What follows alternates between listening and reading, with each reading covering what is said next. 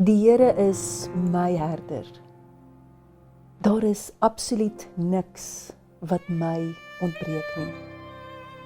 Hy laat my lê in groen weivelde.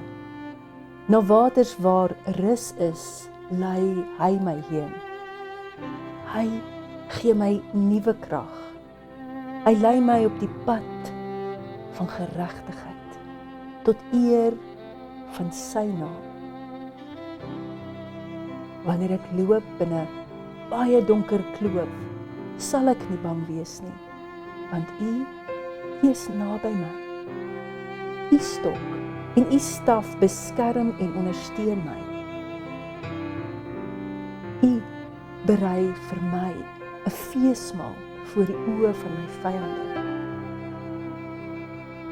U verwelkom my as 'n eregas, deur my kop te salf met olie en my beker oorvol te maak. Waarlik kan ek vandag sê, U goedheid en U trou vergesel my al die dae van my lewe. En ek sal bly in die huis van die Here, solank as wat ek lewe.